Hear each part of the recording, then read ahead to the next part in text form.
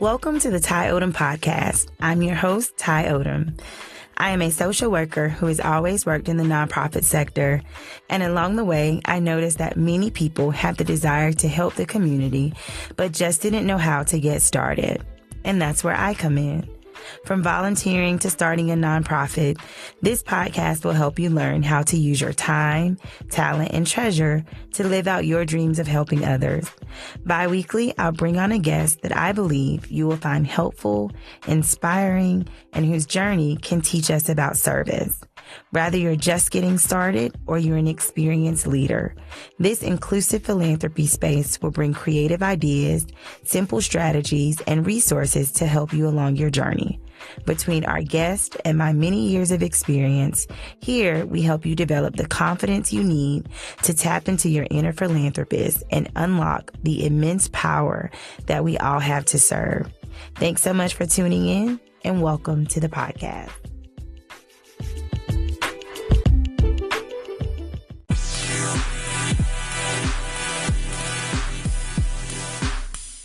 Hey everybody, it's Ty Odom. Welcome to the United Philanthropy Podcast, where we help people unlock the magic of sharing their time, talent, and treasure. Today I have a guest who is fabulous. She's artistic, she's creative, and she's a people connector. So I'm so excited to have her in studio with me today. Her name is Miss Lakisha Bradley, and she is the owner of Mighty by Design. So Lakisha, thank you so much for joining me. Hey, first of all, thank you for having me. I'm really excited about today. So Of course. So if you guys are familiar with Northwest Arkansas, you know that you probably come here for one or two things. And Lakisha came from the big giant that's here, the number one retailer in the world. And so it's been a really interesting journey for her to work her way up through corporate, but to still have this thing that she was super passionate about. And that's how we get Mighty by Design as we know it today.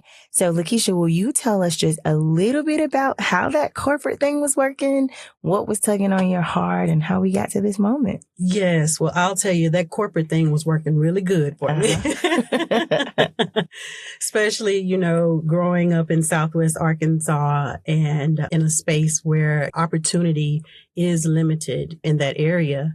And so to be able to, attend the University of Arkansas at Pine Bluff, HBCU, go Lions. Yes. And to graduate from there and then move to Georgia, working in store operations, and then from Georgia into the home office in Northwest Arkansas and training development and merchandise execution and all those different plethora of careers or roles, I'll say, within Walmart. Yeah. So you were doing it. You just called about three things that I've never heard of. So what I learned here is that there are so many things that go into the world's largest retailer or any retail store that I really haven't thought about. Like, I think I walk in the store, there's a fabulous person there. We say hello. The shelves are probably the most that you see being done in the wee hours. You see the stocking of the shelves. You know that someone has to do those things. And so when I hear you talk about these different roles, it's almost as if you're building all these skills. You're doing all these things. And coming to home office is probably one of the big steps in being in the corporate space. So you get to home office, you're in Northwest Arkansas now. So you guys know I love Northwest Arkansas. So you moved all over, went to Georgia. I lived in Georgia a little bit. And so now you're here, and tell us kind of what's in your heart in this moment. What are you doing in the community? What are you seeing that's having you say, this corporate thing is going really, really well, but I kind of like doing this thing over here too. So what was that for you like as you were moving in those spaces?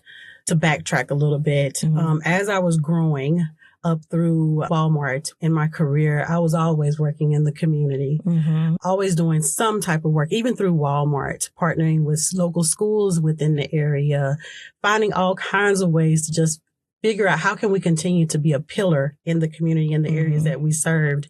And so when I got to Northwest Arkansas, I was still doing the work. Right. So in partnership with my sister, we were doing back to school drives within the community, our Trails of Love program, which is our holiday giving that we do. We were still doing the work in the community. And this was back in 2011 and up. And so when it got close towards the end, for me, I looked at Walmart as, that's where I'm going to retire at. Mm-hmm. Yeah, I got my 16 years in and I was like, yeah, I'm going to get that 20, get my lifetime discount card. I'm going to be good.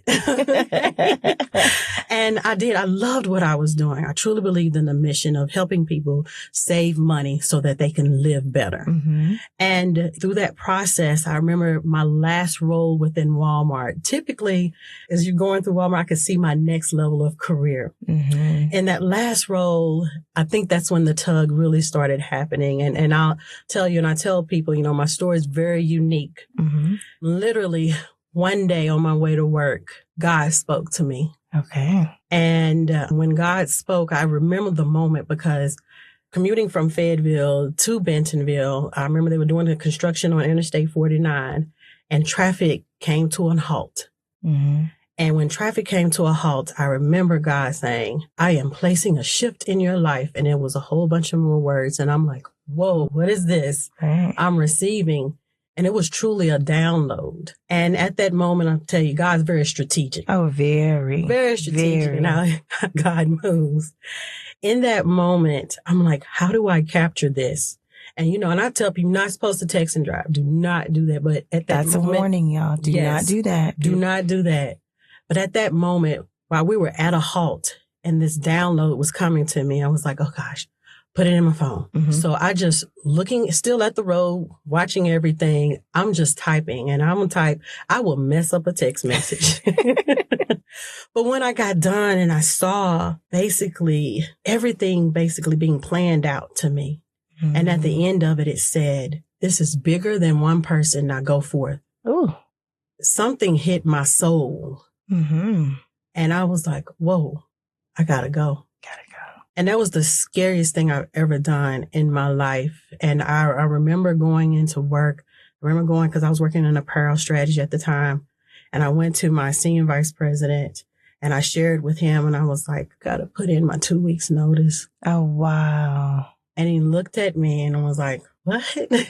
And I showed him my phone. See, that was purpose even in that. Right. That you... And when he saw it and he read it, like something even hit him and was like, you're going to be fine. Amen. And I think I needed in that moment to hear that because I'm like, what I'm getting ready to do is really crazy. It doesn't make sense. And so I remember my boss came in and I shared it with her and she was looking at me too like, what? And I'm like, here's my phone. And she read it too. She's like, oh, I can't fight that. She said, but if anything, can you give me 4 weeks? Mm-hmm. I said, oh, I got you. Because I want to make sure the next person coming in is set up for success. Amen. So on September 16 of 2016, I leave Walmart after 16 years. And I cried all the way home. I bet there was this excitement of what's to come. There was this probably confidence in knowing the Lord had said, do this. So there's a different feeling of this is what I'm supposed to be doing. And I know that he's a provider and I know that he's a comforter. And I've got to do it now because I've trusted him to walk out of this job.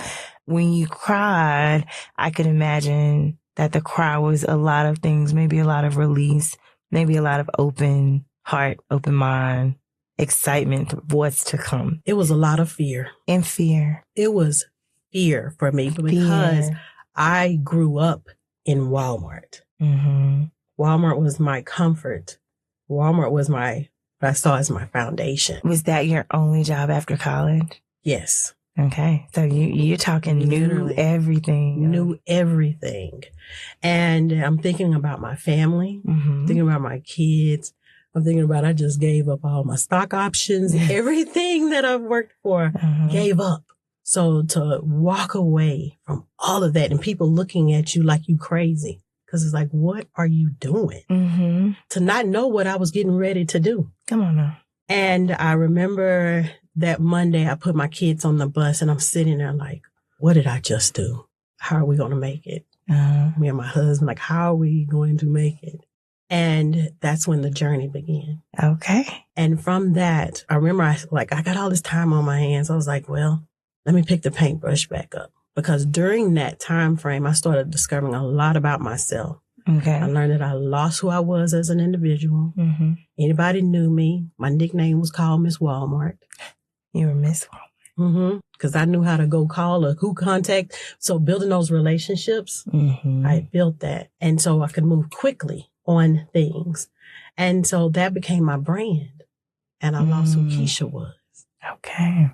And so during that moment, I had to be stripped of everything to rediscover who I was as an individual. And through that process and me picking the paintbrush back up, something that my dad taught me when I was younger, and I started painting again because I was angry. I was angry with everybody during that time period. I was mad at my husband, everybody. I ain't like it because I'm like, you know who you are, but who am I? Because I was naked. Ooh. And when I started painting, it became so therapeutic for me because in that process, I started understanding who I was again, learning who I was again. Okay. And I said, I want to pay it forward to others. And so when you say learning who you were, I am in the space of life where I'm quote unquote learning who I am, right? I've had a lot of life transitions. I've just had a big one this week. And so I'm like, I'm learning who I am. And then I decided that I was creating who I am, that there was a space where my core, I know it's the execution and everything that I'll have to do moving forward. And so I feel you when you say I lost who I was. There's a space where I was someone's wife and I was just their wife. I was and will always be someone's mom. And so I'm Alex's mom. And so there was a space where I struggled because even professionally, I was a part-time, working part-time, staying at home part-time, whatever. And I just remember having a conversation with a neighbor, and it's about 4 women outside. And one of them is a licensed clinical social worker. And the other one is a stay-at-home mom, and husband does something with a fancy title. And the other one was like, I want to go back and finish college, but I just haven't yet. And so we're sitting there talking, and my degrees are in social work. And so the lady who has an LCSW, she was talking, we started talking about the DSM-4, we started having conversation, and the one who's just the housewife, and I mean just meaning as I've just described them so that you can kind of put a person to a person. And she looked like, you have a master's degree? And it was almost like, who have I become? Because I have these things, I have this experience. I don't necessarily know who I am in this space. And it just reminded me of how naked I felt and how I wanted to put on the cape of my education. I wanted to put on the cape of I'm a great mom. I wanted to put on, but and it was a struggle for me to try and decide who was I in those spaces and in those times. And now I'm not someone's wife anymore. And I go by my maiden name. And I go by my maiden name because right now I live in a space where no one knows me as his wife for the most part. So I am creating who this person is, and I am creating what you will know about me. And so the nakedness in that, the nakedness in what comes next. And there is fear, and there is this idea. And I just always know that, like, I don't know y'all, and I'm going to tell y'all the truth now. I love the Lord. I don't go giving y'all no Bible verses that I ain't sure of. All I can tell you is that I'll be sounding like Madea on here. Me too. Messed up. So I'm going to say, I do know the Bible says that you do not have the spirit. It does not give us the spirit of fear, but of love and sound mind. And that's what I remind myself of all the time. On the days that I'm scared, on the days that I was scared to invite people to even come into this booth and record a podcast.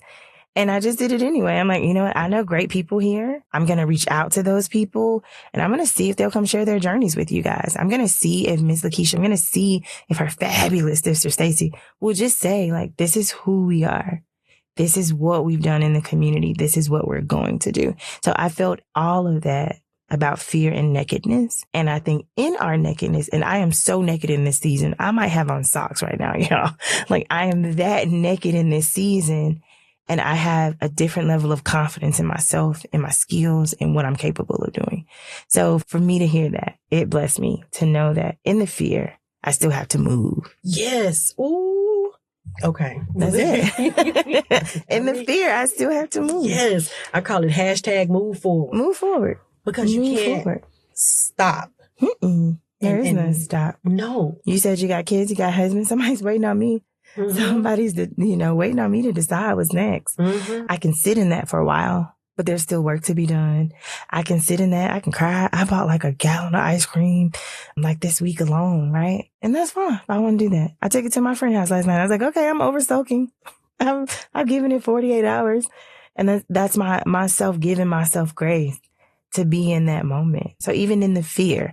So the fear's there, you're working through it. You're like, okay, this painting, I'm going to pass it forward. And what creates Mighty by Design? Because I've always been curious about the name. So I'm going to put all of this in the description, and I'm going to have all her handles for you guys to follow her, to learn about the studio and to learn about the work they do. But it's not spelled Mighty High-Word Thinking. It's not M-I-G-H-T-Y.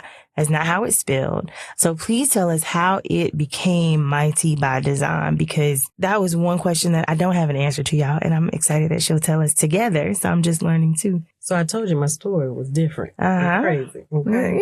It's unique. So yes, very unique. So next level. So during the process, remember I got the download the first time. Mm-hmm. I received a download again. Okay. I'm in the house. I'm just doing my thing and stuff. And then all of a sudden I hear Mighty by Design. I'm like, what is that? What? Write it down. Okay. I'm like, Mighty by Design. What is this? Perfectly painting with purpose. Like, I'm getting downloads, literally. And I'm writing it down. Mm-hmm. And as I was still painting, still going through my stuff, still releasing through the process. And that's really when Mighty began to kind of start happening. I was like, you know what? This was so therapeutic for me. Like, how can I help somebody else?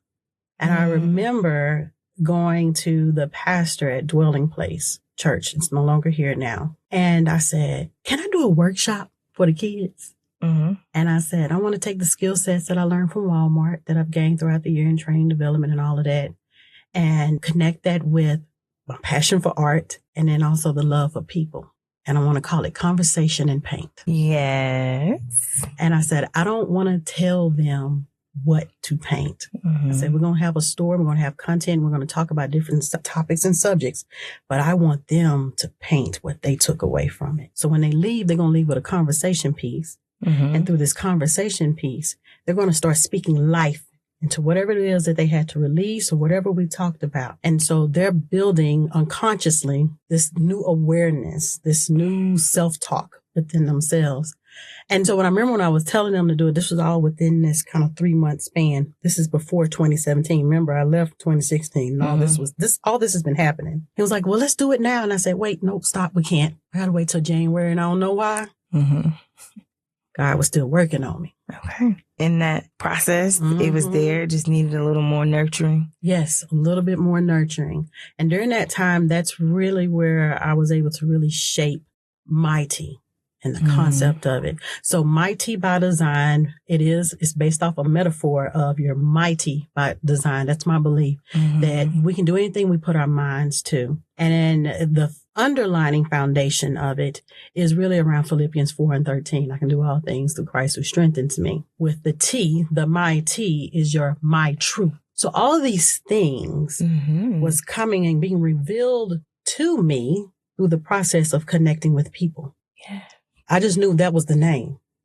And then it started just even more. I was like, that's what that is. My truth. Anybody, no matter who you are, whatever belief, wherever you come from, whatever walk of life, speak your truth. Imperfectly painting with purpose. Because in life, is life perfect? It is not. But we're all creating our own personal masterpiece through the power of our story. Amen. And with that, it is perfect because no one can ever duplicate you. Okay, pass the collection plate. Okay, like pass it. I'm just gonna go ahead and pass the collection plate. I do, and I think that's probably where most of us don't even find the thing that makes us unique, because we're so afraid of saying the things we've experienced. Right? We're so afraid of this truth not being good enough or being judged or having this thing, and you're like, you know what? The reality is that we all have something we could judge each other about. We all have some stage in our life where we can do stuff we were always proud of.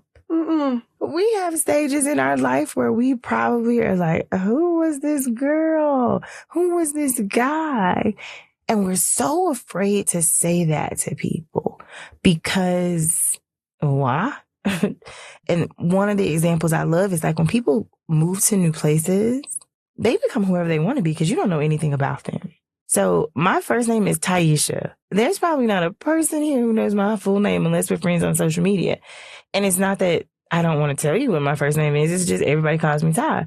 But if you were to go to my hometown, hey, Williston, South Carolina, people call me Taisha. And so for me, it's always a matter of, I don't know if you are Lakisha for real, or I don't know if you are someone else. You know what I mean? Like from that evolution of the space. So never forget or always remember that the chapter you walk in is just the chapter you're walking in. There are people who, in some of their stories, I'm the hero. In some people's stories, I'm the villain.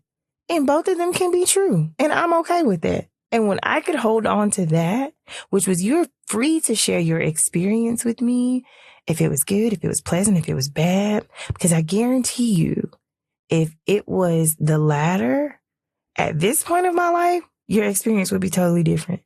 And you can hold on to that and be that, or you can be like, you know what? I'm trying to see who she is at 40 years old.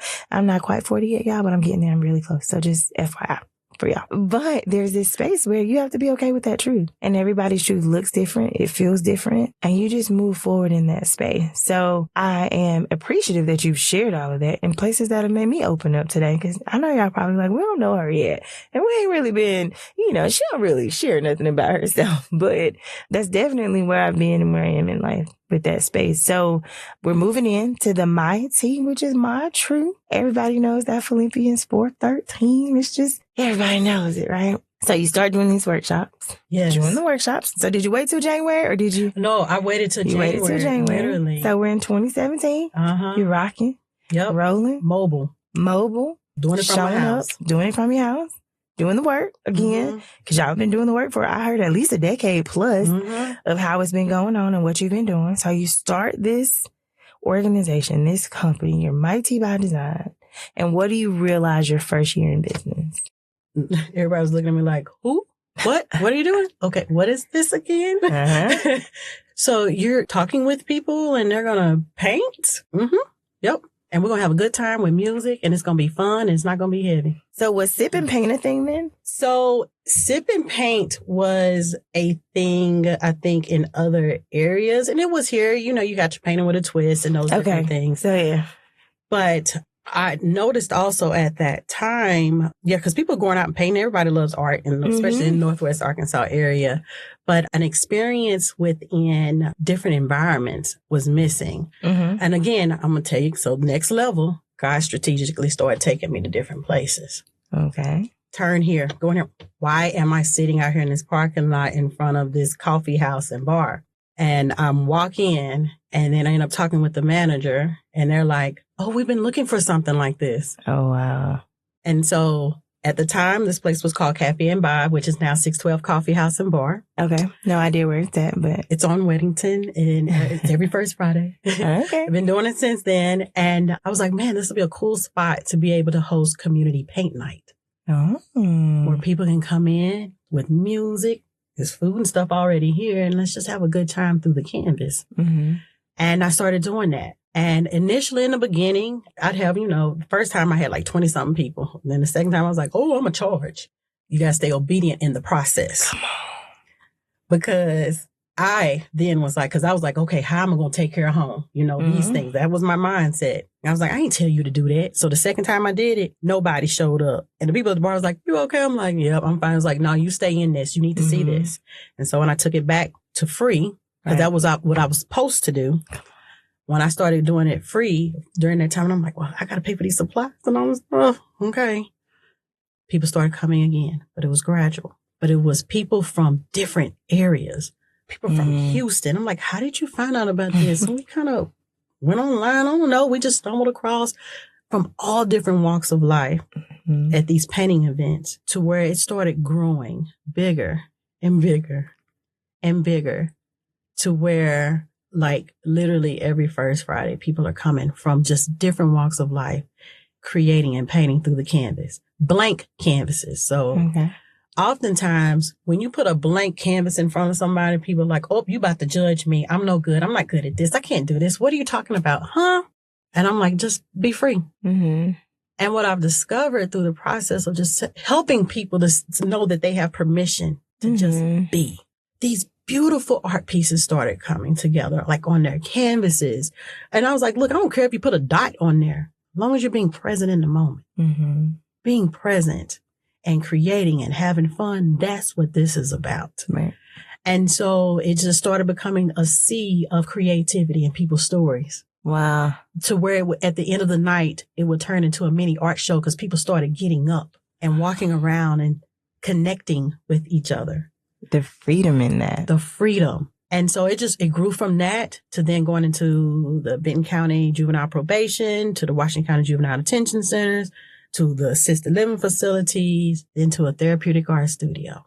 And that's over at the Connector. Yes. So it's 392 East Sunbridge. Okay. And next 2 doors down from the Connector, which is where Lighthouse Solutions and Nate Walls with Second Helping, Secondhand Smoke, those 2 nonprofit organizations are located. And it started in there. And I'm still like, God was like, you already have the spot. I'm like, what do you mean? How am I have this? How's this going to happen? And it was that space.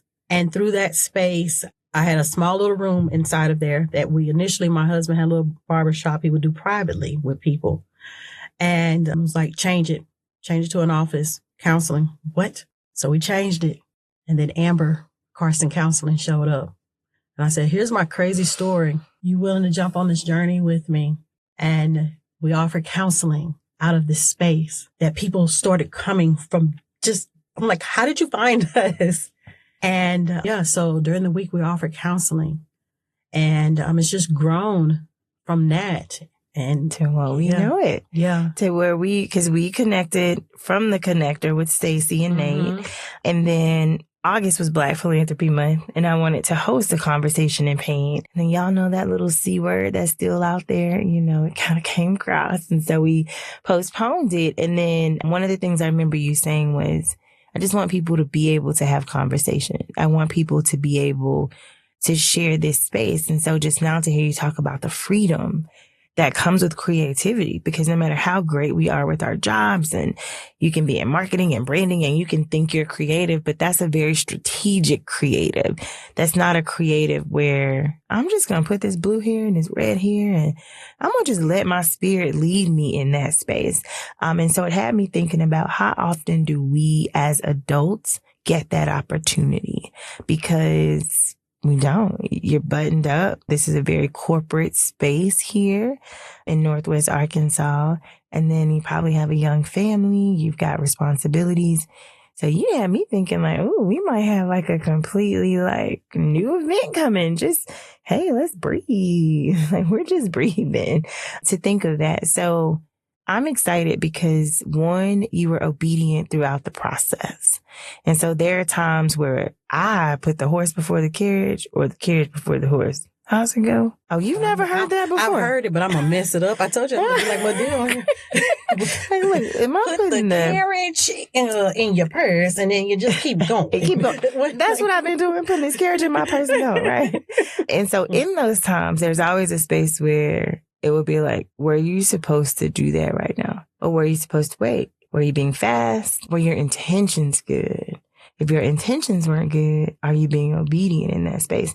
And so that for me is what I hope people will hear in the space that you just shared. That if you have something that you're supposed to be doing, some gift you're supposed to be sharing, we don't give ourselves these gifts, y'all. They don't belong to us in any way. And so if you know you're supposed to share that, if you know that, like be obedient in that.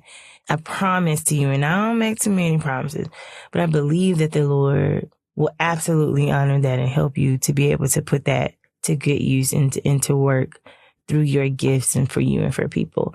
And so you mentioned the Connector, where you're located off Sunbridge, and there are 2 nonprofits there that do great work. I don't even know if people know to separate the 3 of you as entities because it's such a collaborative effort. It's such an effort of, well, this is my strength and my strong suit. This is yours and this is yours. And how do we serve a population or several populations in that to make sure that we're holistically serving these people and these children and who needs counseling? But maybe traditional counseling doesn't work. Maybe you just need to look at a piece of canvas and paint and do your thing. And maybe in that moment, you'll learn to have conversation versus a probing counseling type feel. And then Nate is over there cooking for the soul. And then I have the life menu. Your sister is so fabulous. We were talking the other day and she's like, and I say the word period, right? From her period project and her, it's called the life cycle, if I'm right. Mm-hmm. And so that for me is you're approaching topics and things because she's a survivor. Yes, she shares her story of breast cancer and she's stunningly beautiful and both of you are. And so when I hear that, and I think I told you before we hit record, like when I heard your voice, I'm like, oh, she sounds just like Stacey. Like they sound just alike. But I could see how together and collectively you've used your powers to help Northwest Arkansas. That for the past 7, 8, 9 years, my math is bad. I told y'all that. So 16, 17, 18, 19, 20, so 7 years that you've been in actual business. But not only did you focus on doing what your gift was, you focused on the collaborative effort of partnering with nonprofits, partnering in that space, using your studio as a safe space, as a space that is created to say, this is what I'm supposed to be doing. And I remember one of the first times I followed you on Instagram, I think Walmart became a client. That for me was full circle. And I didn't even know you. I don't even think I knew you then, but I just remember thinking full circle moments of when people are where they're supposed to be and they're doing what they're supposed to do. Don't be afraid of what it looks like, y'all. Now, what you will not hear me do is say, go quit your job and start. You will not hear me say that. If you got downloaded over here and that's between you and the Lord, I don't want y'all in. That's not what I'm saying. And still be thoughtful through the process. And still be. Hey, I did make some mistakes. Right. Through the process as well. And if I can go back, I would really like, okay, here's what I would do differently. And so that's what I want people to take away from your episode, which is I have this thing that's been given to me. Like things that are given to us is like, wow, I do nothing special, y'all. It was just a gift. How am I honoring God in that way? How am I serving? How am I doing those things? So for me, once you guys log off of this, if it has been downloaded to you already, or if it's just something sitting in your journal, if it's something that's been there that you need to go back in and have some prayer about, if it's something that you know He's said, hey, I want you to connect with certain people, or I want certain people to connect with you, or just go back and think through those moments recently or in the past year or the past 2 years to say, hey, this might be kind of where I need to be sitting in prayer on for a while, what I may need to be fasting over for a while, so that I can have clarity on how to move forward and do it in obedience, because the money will come. But I also know that if I'm using and doing what I'm supposed to be doing, He is always a provider. He will continue to be a provider. He wants us to have life abundantly. And that can be your health. That's your family. That's a whole lot of stuff other than money. But I also know that He's a provider. Mm-hmm. And at all times and in all things. Listen, me neither. Look, haven't missed a meal. And, even through the process of that journey and still, I'm still in the process. I'm still going through, still growing at the same time. Yeah, never left us. Even when I thought, oh, you done left us. You ain't hearing me no more. Lord, what is happening? Things are being stripped because it was like to benefit you. This is to help you. You can't see it right now, but later on when you look back, you're like, oh, okay. All right. Got it. I got it. This is it. And sometimes it takes that. It takes a step back. It takes the being out of it. And yesterday, I love a lady named Mel Robbins. Y'all, she's on Instagram, Facebook, all those things. And she said, there's a couple things you need to tell yourself every day. And one was that it's okay for me to be in process or in progress. And I shared that yesterday because we think that because a certain person is a certain way, or because you guys hear me on this podcast, because you hear Miss Lakisha, like we're all in progress. The only way you're not in progress is if you literally do nothing with yourself all day. You're not trying to get better, and there's no life left in your body. If there's anything for you to be doing, any job, any parenting, any being a good spouse, it is always progress. And it's progress. And so that was really, really good to think through. So you have this studio, you do amazing things. It's therapeutic art, offer therapy. If I had my license, I'd apply for a job over there. But I'm not a licensed. I don't have my license, even though I have my degrees in social work. Yeah, I've never gotten my licensure. I've always had these really interesting jobs, and they didn't require licensure. And so now I think I've been out of grad school Ooh, y'all. Next year might make 10 years out of grad school. Okay. I told y'all I was almost 40, so you don't have to try and do the math on that. And I didn't need licensure. My jobs have always been kind of what they were. And so it leads me to this space of philanthropy, because in my jobs, I've always worked in nonprofits, and that P word is just it's scary and it's used for wealth. And so of all the things you've done, all the work you've put in, have you ever referred to yourself as a philanthropist? Yes. Yes, indeed. Yay. At first, I couldn't really see that, because that was my thought process. Like, okay, you got to get to this certain level. You got to have this certain amount of money to be considered that. Mm-hmm. I even thought that as far as becoming an entrepreneur, that you had to have this certain type of thing to even be that. Mm-hmm. But what I've learned is that no, as long as you're out there and you're doing the work, mm-hmm. you're connecting with people, you can be a philanthropist, even if it's connecting with one person. That's how I believe it. Mm-hmm. As long as you're out there and you're doing the work, you're serving, you're loving your neighbor, and helping, I'll say, lift the community. Really, truly about lifting the community, lifting individuals. That's what that is. And so I know I mentioned earlier, you know, I was in the doctor's office this one time, and I'm sitting there, and they had this magazine, and it was Cityscapes magazine. And I was like, okay, I'm looking through them, and I see in the front cover, and I saw where they were recognizing the philanthropists within the Northwest Arkansas area. And I'm looking, and I'm like, wow, I don't see anybody that looks like me. Mm-hmm. So I took a picture of it, and I went, cropped and put my picture in one of the little spots and scooted it in. And I posted it on my Instagram page, and I said, one day, that'll be me. But what I've learned along the way is I'm already that. You're already that. Already. With the work that we're doing and connecting with people in the community, it's already given. And you talk about grad school. So I'm in grad school right now. Yes, John Brown University. JBU? Yes, JBU for counseling, because that's what happened through this process. A lot of people were opening up to me. Mm-hmm. And I'm like, whoa, this feels a little bit like counseling.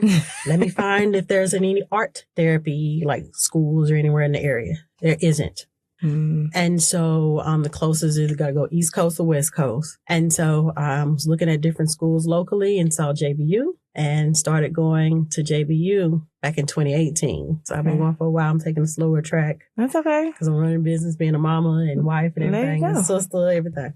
And so yeah, but my goal is to be one of the first African-American female art therapists in Northwest Arkansas. I love it. That's a new goal, y'all. So not only did she walk in this, but it also has created opportunities for her to dive deeper, to know how to serve this way better. Because it's one thing to say, hey, everybody come paint, just paint. But to also say, hey, I'm opening the door for people to be open, and I want to be equipped to help them with what they have now learned about themselves, and I want to help them be better equipped. So I don't want you to open up and then I'm like, well, hey, I really can't help you with that, and I'm gonna find you a therapist that you might not really. But to say, hey, Lord, you've already started me on this path. This has already been what I've been discovering. So now I need to be filled a little bit more to properly handle what's coming with the responsibility of this territory. Yes. So I love it, because I think that for me, even though I'm not licensed, as someone who is, in that arena, I respect that you respected that the field itself required special training, that it required you to do what you needed to do to be equipped and ready, because there can probably be some things unearthed that people haven't touched in their lives for many, many, many, many years. And once you are a person that people trust you with that, I'm not going to say burden. That is something you wear with. Now, how do I get them from this place to this place? And one of my weaknesses, to be honest with y'all, is that micro counseling, this one-on-one counseling, was very bad for me emotionally. Macro works great for me. I'm more of a macro girl, because micro, I was going to be adopting all these kids. I was going to be, just doing all this. And I'm like, I really got to figure out something else emotionally. And so I know that my gift is macro. Micro, I might as well sign my check over every month and just, be going to work to go, because I'm going to figure out this. And that comes with a lot of emotional maturity when you can serve in that capacity. And that's some people's gift is that. Like today, you can drop me in front of the amp, give me a microphone, tell me to hype the crowd up, and I don't know what's going on. And I'm going to do it like I've practiced. And that, not unfortunately, I didn't realize how much of a gift that could be. It was just easy. It was just, I could get a phone call today and someone would say, I'll never forget, I was 2007, 8, somewhere up in there, working on the Obama campaign. And I get a phone call and they're like, hey, we want you to introduce Barack. And the Young Democrats convention was in South Carolina at the University of South Carolina. And they're like, hey, we're going to have you do overflow room and you're going to introduce Barack and like keep the crowd engaged because we're all there for Barack. We've got this overflow room. And I'm driving up from Orangeburg, which is about a 30 to 45 minute drive. And that's all the warning I get. And I've got to be ready. I'm about to introduce the next president of the United States and I don't have time and I got to figure out what I got on. And I just came to volunteer, but I knew what I was doing. I knew it, but I also didn't realize how much of a gift it was to be able to do that. And so that's probably my season of saying to the Lord, like, use me how you want to use me. Protect my heart and my mouth so that my tongue is pure, so that when I'm on this space, in this environment, in this microphone, that whoever hears me on the other side, they hear, a little bit of Jesus, a little bit of little baby sometimes, but just a little mixture sound. One shot, when you come over here, you're going to get a little Jesus and a little bit of little. But yeah, so that's me in knowing the gift and the gift. My song this week, and I pick a song every week. My song of the year is Believe by Tasha. I don't know if she's Tasha Cobbs Leonard. I say that wrong. It says you just got to believe. There's goodness around the corner and something out there is waiting for me. Every kind of week, I'll just need to switch it up. And so my song this week is The Gift by Donald Lawrence. And it says the gift looks good on you. It looks good on you. And I just remind myself when I'm in that space, my gift looks so good on me. It's for me. I mess up at the end when they start singing sopranos and stuff. And I just say, come on back. You just said your gift now. Your gift. Come on back. So I'm excited for you to see where this opens for you. I'm excited for all the people that you'll touch and that you'll serve, to know that this was never your intent. It was simply a download that started and you followed along in obedience. And in that obedience, you've blessed people. And in that obedience, you've served people. Like you literally have unlocked the magic of sharing your time, your talent, and your treasure with people. And your life is forever changed. And their lives forever changed. So if no one ever tells you, thank you for sharing with my audience. Thank you for sharing with me. I know Northwest Arkansas is better because of you. 100%. I love it here. And I tell people all the time, it is just a cool little place. Like you can't really describe it to anybody. It's cool in its own space. If I ever want to go out, I might have to go to Little Rock or something or Tulsa. But like for everyday living in life, I like this place to raise my son, to grow as a person, to connect with fabulous women like yourself, and to do the work here, to do the work that God says do. Yeah, you've been planted here. I have. And when you talk about downloads, I'll share this real quick and then I'll let you go in a second. But 12 is my number. 12 is my basketball number. 12 is my line number. Shout out to all the Deltas out there. Most of the important things that have happened in my life have kind of happened at the number 12. It would just randomly happen. When I get free upgrades, it's like C12, like just random things that remind me like 12 is my number. So one of my favorite days that I ever experienced was 12-12-12. And at the time I lived in Nashville, Arkansas, and Bishop Joseph Warren Walker was our pastor. And I remember being at church on 12-12-12 and just like feeling like it was just amazing. So when you are coming to Fayetteville, when you get out, I don't even know the highway. It might be Highway 40. I'm not sure. But the exit to Fayetteville is number 12. And so I just remember feeling like, oh, that's a really good sign for me, Lord. And then I moved into a house and my address, the 4 digits equaled 12. And I was like, okay, like this is feeling good. Like I know this is good. And because I had already in my mind said that this place was a good place, that no matter what I went through losing a baby at 22 weeks. I went through a divorce and I just always felt like I'm just number 12 is my number. Like it's just my number. And no story. My divorce was finalized January 12th. No story. We got the text that it was January 12th.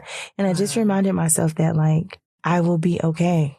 That is my constant reminder. So when you talk about downloads, when you talk about things that you just know, like even when you're in the midst of like pit, when you are in the midst of a mess, you ain't even get to, I can't tell you nothing about it. I ain't get to test a testimony yet. Like I'm right in the midst of a mess. Like I said, I'm naked. I got on socks. That's as far as I've gotten in the past 12 months. But I'm constantly reminded that in those split seconds where I needed nothing but him, he showed up for me. Like showed up for me just all the time, still shows up for me. And so I stayed here even after my divorce.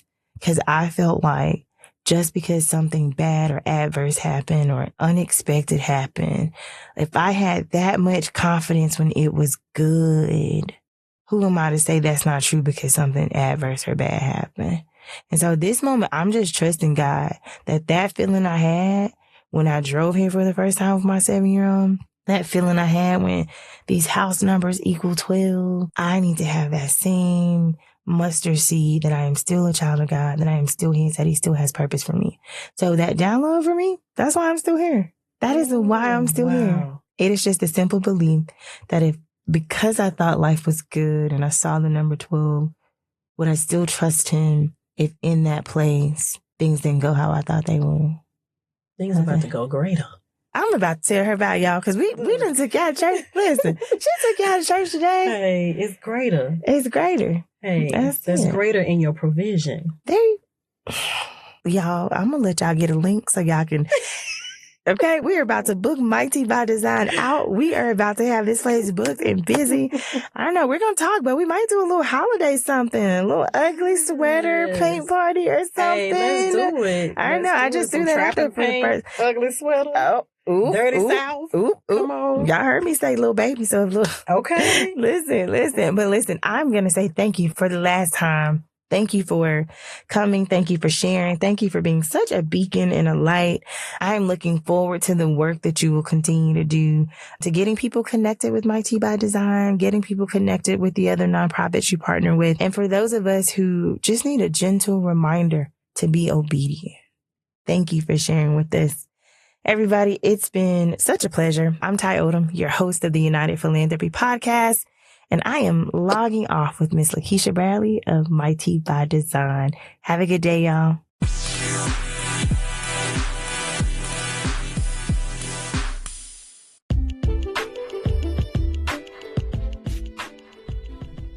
Hey, everybody. Thank you for listening to my mom's podcast.